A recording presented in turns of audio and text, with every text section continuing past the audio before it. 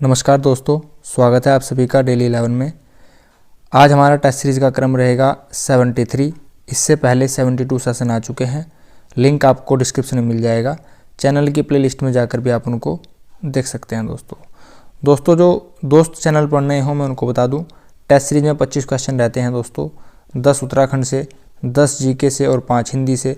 कुछ हम extra information भी शेयर करते हैं, वो जो काफ़ी महत्वपूर्ण रहती है। दोस्तों शुरू करते हैं बिना किसी देरी के, क्योंकि आप सभी जानते हैं समय ही सब कुछ है। दोस्तों आप भी टिक लगाते चलिएगा और देखिएगा आपका आकलन कहाँ तक पहुँच पाता है।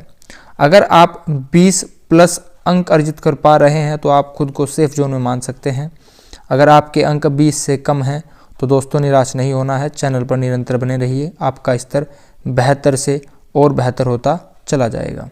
ठीक है दोस्तों, पहला क्वेश्चन आपके सामने।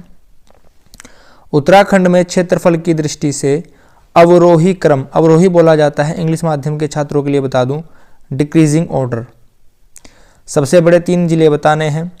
तो दोस्तों सबसे बड़ा जिला आप सभी जानते हैं चमोली है, यानी कि ऑप्शन बी या डी में से एक आंसर होगा। बाकी ऑप्शन ए और सी को आप एलिमिनेट कर दीजिए। चमोली के बाद आता है दोस्तों, पौड़ी नहीं होगा, उत्तरकाशी होगा। करेक्ट आंसर यहाँ पर बी करेक्ट हो जाएगा। जी हाँ, चमोली का क्षेत्रफल 80-30, यहाँ पर उत्तरकाशी का क्षेत्रफल 80-16। आगे बढ़ेंगे दोस्तों, नेक्स्ट क्वेश्चन। उत्तराखंड के कुल कितने जनपद की सीमा पड़ोसी देश से छूती है, पड़ोसी देश से स्पर्श होती है। करंट अफेयर के सेशन में हम डेली डिस्कस करते हैं उत्तराखंड का मैप, जिसमें मैं आपको हर बार बताता हूँ। उत्तराखंड के उत्तर में यहाँ पर दोस्तों उत्तरकाशी, चमोली और यहाँ पर पिथौरागढ़ है। और यहाँ पर दोस्तों चंपावत, यहाँ पर उधम सिंह नगर। इस प्रकार ये हो जाते हैं दोस्तों 5 जनपद जिनकी सीमा अंतर्राष्ट्रीय है। तो 5 ऑप्शन सी यहाँ पर करेक्ट होगा। करंट अफेयर के सेशन से भी आप जुड़े रहिएगा दोस्तों। अगर आप करंट अफेयर के सेशन से ना जुड़े हों तो उससे भी जुड़ जाइएगा, काफ़ी महत्वपूर्ण है। एक क्वेश्चन और यहाँ से जान लीजिए। यहाँ पर दोस्तों पिथौरागढ़ है, सबसे पूर्वी जनपद है और उसकी अंतर्राष्ट्रीय सीमा सबसे लंबी है। सबसे पश्चिमी यहाँ पर देहरादून है, उत्तरी में उत्तरकाशी, दक्षिण में उधम सिंह नगर है। ठीक है दोस्तों, आगे बढ़ेंगे। जागेश्वर का मृत्युंजय मंदिर किस राजा ने बनवाया था। Option A Shalivahan, Shaktivahan, Katarmal, Jaisingh. Correct answer option A रहेगा, शालिवाहन ने जागेश्वर का मृत्युंजय मंदिर बनवाया था। जागेश्वर अल्मोड़ा में स्थित है दोस्तों। एक और क्वेश्चन यहाँ से, जागेश्वर को 5वां धाम कहा जाता है। क्वेश्चन याद रखिएगा। 4 धाम कौन से हैं? गंगोत्री, यमुनोत्री, बद्रीनाथ, केदारनाथ। 5वां धाम जागेश्वर। ठीक है दोस्तों, नेक्स्ट क्वेश्चन। शंकराचार्य ने बद्रिका आश्रम में स्थापित मूर्ति कहाँ से निकाली थी। Option A Narad Kund, B Gauri Kund, C Ganga नदी, डी हेमकुंड। करेक्ट आंसर यहाँ पर ऑप्शन ए रहेगा। बद्रिका आश्रम में जो स्थापित मूर्ति है दोस्तों वह नारद कुंड से निकाली गई थी। Next question. अलकनंदा और मंदाकिनी का संगम कहाँ होता है। आपसे पूछा गया है अलकनंदा और मंदाकिनी का संगम कहाँ पर होता है। ऑप्शन ए देवप्रयाग। क्या देवप्रयाग में होता है दोस्तों? नहीं, देवप्रयाग में तो अलकनंदा का संगम भागीरथी से होता है। अलकनंदा की लंबाई 195, भागीरथी की लंबाई 205। नंदप्रयाग में दोस्तों अलकनंदा का संगम नंदाग्नि से होता है। रुद्रप्रयाग में होता है मंदाग्नि से। करेक्ट आंसर ऑप्शन सी रहेगा। विष्णुप्रयाग या धौली गंगा, यह दोस्तों विष्णुप्रयाग में होता है। ठीक है, आगे बढ़ते हैं। उत्तराखंड के पहले निर्वाचित मुख्यमंत्री कौन थे। क्षमा कीजिएगा, उत्तराखंड के पहले निर्वाचित बोला गया है। निर्वाचित ऑप्शन ए नित्यानंद स्वामी। नहीं दोस्तों, ये तो अंतरिम थे। भगत सिंह कोश्यारी का क्रम इनके बाद आता है। यह भी अंतरिम थे और यह अंतिम दूसरे थे, यह अंतिम प्रथम थे। नारायण दत्त तिवारी करेक्ट आंसर होगा। यह निर्वाचित प्रथम थे, बिल्कुल सही। निर्वाचित द्वितीय थे भुवनचंद खंडूरी। उत्तराखंड पुलिस कांस्टेबल की परीक्षा में क्वेश्चन आया था 12 मार्च 2008 को महिलाओं को पंचायतों में 50% आरक्षण की व्यवस्था की गई है, तो यह भुवनचंद खंडूरी के कार्यकाल के दौरान की गई थी, याद रखिएगा। आगे बढ़ते हैं। नेक्स्ट क्वेश्चन आपके सामने पुस्तक से क्वेश्चन है दोस्तों। डॉक्टर आर एस टोलिया द्वारा रचित पुस्तक, आर एस टोलिया द्वारा कौन सी पुस्तक के रचनाकार हैं? सेंट्रल हिमालय, हिमालय के खस, ब्रिटिश कुमाऊं गढ़वाल, उपरोक्त में से कोई नहीं। करेक्ट आंसर ऑप्शन सी हो जाएगा, ब्रिटिश कुमाऊं गढ़वाल पुस्तक आर एस टोलिया द्वारा लिखी गई है। इंपॉर्टेंट पुस्तक है, याद रखिएगा। नेक्स्ट क्वेश्चन फिर से पुस्तक से है दोस्तों। होली हिमालय पुस्तक किसने लिखी है? ऑप्शन ए ई सेरेमनोक्ले, B Atkinson, C Jim Corbett, D DP Thapliyal. Correct answer रहेगा दोस्तों, होली हिमालय लिखी गई है ई सेरेमन ओकली के द्वारा। ऑप्शन ए यहाँ पर करेक्ट हो जाएगा। नेक्स्ट, गलत मिलान का चयन कीजिए। आपको बताना है गलत, तो यहाँ पर ध्यान से देखिएगा। गलत पूछा गया है, उत्तराखंड के परिदृश्य में पूछा गया है। राज्य पशु कस्तूरी मृग, बिल्कुल सही। कस्तूरी मृग की ऊंचाई 20 इंच होती है, 10 से 20 किलोग्राम वजन होता है, 20 वर्ष यह जीता है। एक बार में 30 से 45 ग्राम आप कस्तूरी निकाल सकते हैं और यह नर से निकाली जाती है, इसको याद रखिएगा।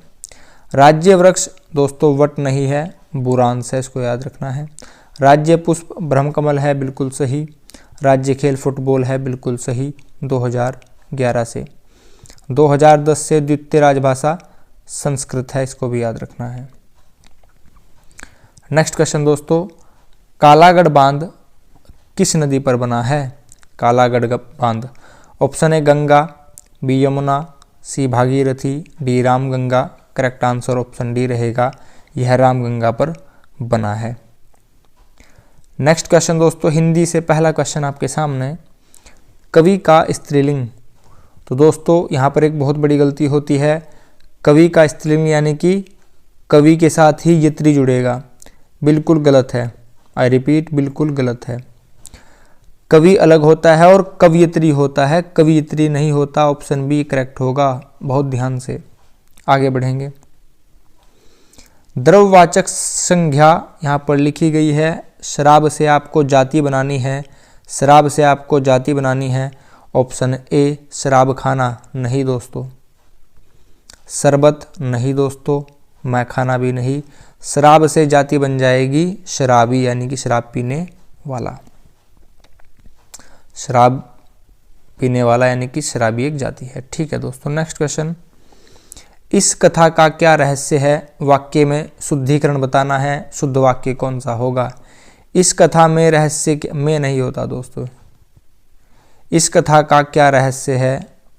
इस कथा का नहीं, ये भी नहीं होगा। करेक्ट आंसर ऑप्शन बी होगा, इस कथा का क्या रहस्य है। नेक्स्ट, वह चांद सा जैसा मुखड़ा अब नहीं दिखता। वह चांद सा मुखड़ा अब नहीं दिखता। इस वाक्य में चांद जैसा मुखड़ा, यह क्या है दोस्तों? संज्ञा पदबंध है, विशेषण पदबंध है, क्रिया विशेषण पदबंध है या सर्वनाम पदबंध है? पहली बात याद रखिएगा, पदबंध कितने प्रकार के होते हैं? पदबंध होते हैं दोस्तों 4 प्रकार के। संज्ञा, विशेषण, क्रिया विशेषण, सर्वनाम पदबंध।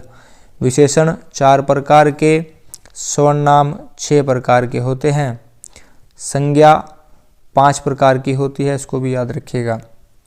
अब बात करते हैं आंसर पे। यहाँ पर लिखा है चांद जैसा मुखड़ा। चांद एक दोस्तों क्या है? संज्ञा है। यहाँ पर चांद जैसा मुखड़ा, दोबारा देखते हैं, वह चांद जैसा मुखड़ा अब नहीं दिखता में चांद जैसा मुखड़ा क्या है? तो दोस्तों यहाँ पर विशेषता बताई जा रही है, तो विशेषता बताई जा रही है। ऑप्शन ए और डी तो कट जाएगा, क्योंकि विशेषता में विशेषण आंसर जरूर होना चाहिए। अब आप यहाँ पर देख लीजिए, विशेषता किसकी बताई जा रही है? क्रिया की बताई जा रही है या नहीं? तो चांद यहाँ पर क्रिया नहीं है, इस दृष्टि से ऑप्शन सी भी कट जाएगा। करेक्ट आंसर ऑप्शन बी होगा, वह चांद जैसा मुखड़ा अब नहीं दिखता, विशेषण पदबंध है। आगे बढ़ेंगे दोस्तों। मन प्लस बल, यह संधि कौन सी है जिसमें 2 बिंदु आ जाते हैं? यहाँ पर आप बिंदु देख पा रहे हैं, विसर्ग संधि है। संधि 3 प्रकार की होती है दोस्तों, विसर्ग, व्यंजन और स्वर। स्वर संधि अपने आप में 5 प्रकार की होती है, गुण, दीर्घ, वृद्धि, अयादि, ऋण। मन प्लस बल में क्या होगा, जो यहाँ पर ये 2 बिंदु है, यह बन जाएगा ओ की मात्रा, एक मात्रा बनेगी। ऑप्शन सी से कंफ्यूज मत होइएगा, करेक्ट आंसर ऑप्शन डी होगा। नेक्स्ट क्वेश्चन दोस्तों, निम्न में से कौन सा व्रत बड़ा है? जीके से पहला क्वेश्चन है, वर्त बड़ा है। वर्त बोला जाता है सर्कल को। अगर आप इसको पृथ्वी मान ले, अर्थ मान ले, तो जो यहाँ पर सर्कल जाएगा बिल्कुल बीच से, इसको बोला जाता है विषुवतीय रेखा, भूमध्य रेखा, या फिर इंग्लिश में कहें तो इक्वेटोरियल, इक्वेटर कहेंगे। तो देख लीजिए, सबसे बड़ा हो जाएगा विषुवत रेखा। कर्क रेखा 23.5 डिग्री उत्तरी अक्षांश, मकर रेखा 23.5 डिग्री दक्षिण। कर्क को कैंसर, मकर को ट्रॉपिक ऑफ कैप्रिकॉर्न कहा जाता है। कर्क रेखा भारत के बीच से गुजरती है, 8 राज्यों से होकर गुजरती है। 8 राज्य क्रम देख लीजिएगा कौन कौन से हैं। देखिए दोस्तों, अगर आप इसको इंडिया मान लेते हैं तो यहाँ पर दोस्तों गुजरात, राजस्थान, मध्य प्रदेश, झारखंड, और यहाँ पर झारखंड के बाद आएगा दोस्तों छत्तीसगढ़।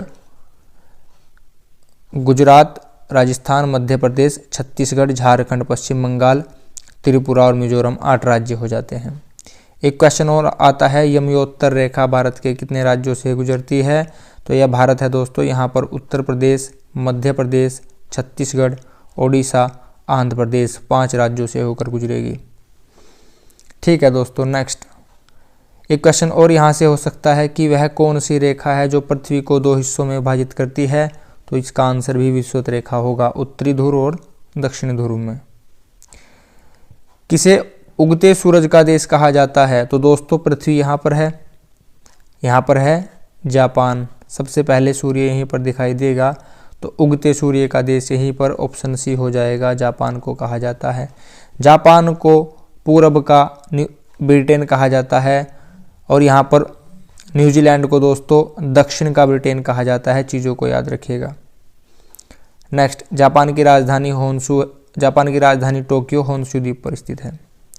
अंतर्राष्ट्रीय न्याय अधिकरण का अधिष्ठान कहाँ है? Option A New York, B the Hague, C Washington DC, D San Francisco. Correct answer यहाँ पर ऑप्शन बी रहेगा, द हैग, नीदरलैंड में इसका मुख्यालय स्थित है दोस्तों। आगे बढ़ेंगे, नेक्स्ट क्वेश्चन हमारा, पर्यावरण का मौसम रखने वाला कौन सा मंडल है? तो मौसम वाली घटनाएं सभी कहाँ पर होती हैं? Option A Madhya Mandal, ion मंडल, शोभ मंडल, समताप मंडल। दोस्तों मौसम रखने वाली सारी घटनाएं शोभ मंडल में होती है, इंग्लिश में इसे ट्रोपोस्फेयर कहा जाता है।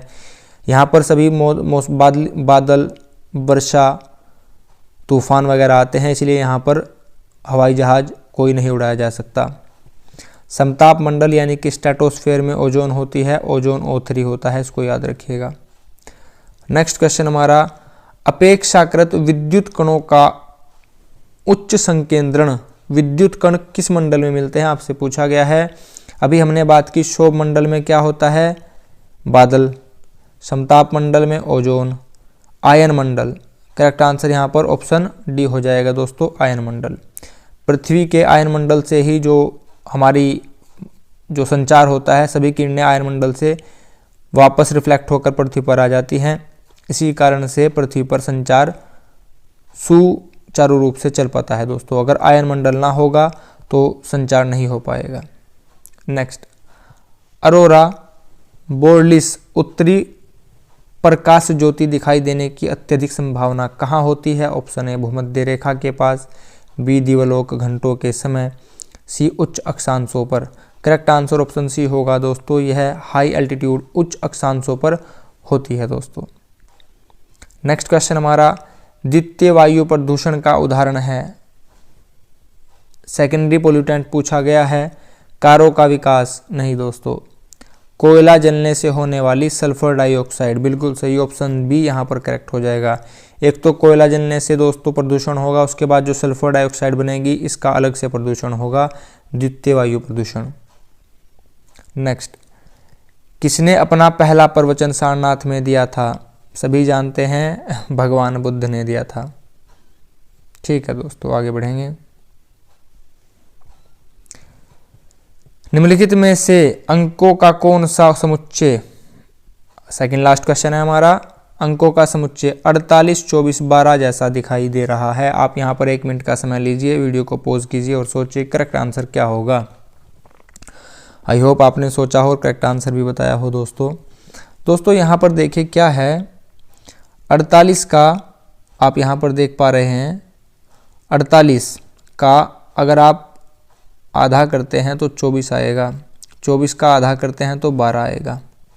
यहाँ पर देख लीजिए आप करेक्ट आंसर कौन सा करेक्ट हो पा रहा है, ऑप्शन सी, 40 का हाफ 20, 20 का हाफ 10, करेक्ट आंसर सी हो जाएगा।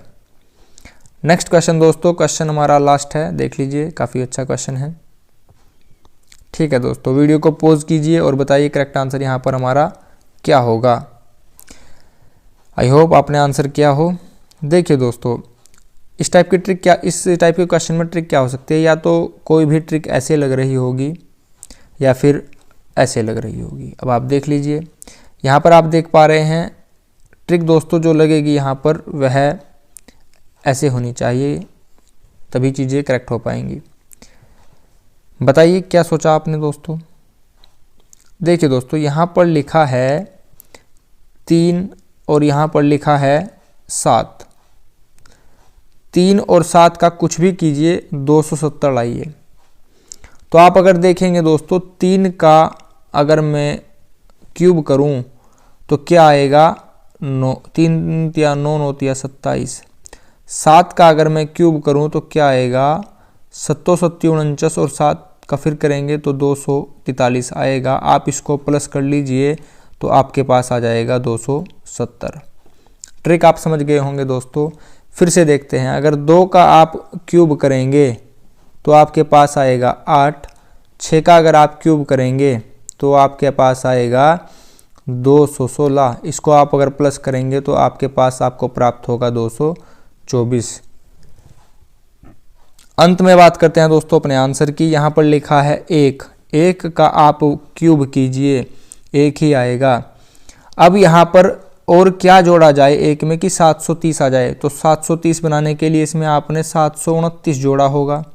तो आप देख लीजिए 729 किसका क्यूब होता है, आप आंसर समझ गए होंगे दोस्तों। यहाँ पर 9 लिखा है, 11 का क्यूब करेंगे तो लास्ट में तो 1 ही आएगा, 5 का क्यूब करेंगे तो लास्ट में 5 ही आएगा, 8 का क्यूब करेंगे तो लास्ट में क्या आएगा, 8 8 64, 8 चौक 32, बाद में आएगा दोस्तों 2। तो यानी कि हमारा आंसर इनमें से तो कोई नहीं होना चाहिए।